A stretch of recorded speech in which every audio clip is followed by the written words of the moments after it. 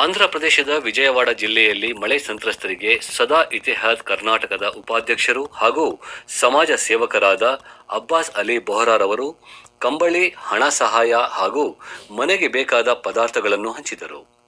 ಇದೇ ಸಂದರ್ಭದಲ್ಲಿ ಆಂಧ್ರ ಮುಖ್ಯಮಂತ್ರಿಗಳಾದ ಚಂದ್ರಬಾಬು ನಾಯ್ಡು ಮತ್ತು ಉಪಮುಖ್ಯಮಂತ್ರಿಗಳಾದ ಪವನ್ ಕಲ್ಯಾಣ್ ಕುಮಾರ್, ಚಿತ್ತೂರು ಜಿಲ್ಲಾಧ್ಯಕ್ಷರಾದ ಚೈತನ್ಯ ಅಧಿಕೇಶವಲು ಇದೇ ಸಂದರ್ಭದಲ್ಲಿ ಹಾಜರಿದ್ದರು.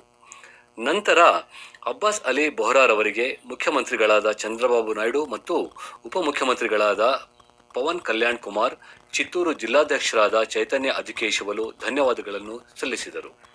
ವಿಜಯವಾಡದಿಂದ ಇದರ ಕುರಿತು ಇಲ್ಲಿದೆ ಒಂದು ವಿಶೇಷ ವರದಿ. ಆಂಧ್ರ ಪ್ರದೇಶದ ವಿಜಯವಾಡ ಜಿಲ್ಲೆಯಲ್ಲಿ ಮಳೆ ಸಂತ್ರಸ್ತರಿಗೆ ಸದಾ ಇತಿಹಾದ್ ಕರ್ನಾಟಕದ ಉಪಾಧ್ಯಕ್ಷರು ಹಾಗೂ ಸಮಾಜ ಸೇವಕರಾದ ಅಬ್ಬಾಸ್ ಅಲಿ ಬೊಹರಾರವರು ಕಂಬಳಿ, ಹಣ ಸಹಾಯ ಹಾಗೂ ಮನೆಗೆ ಬೇಕಾದ ಪದಾರ್ಥಗಳನ್ನು ಹಂಚಿದರು.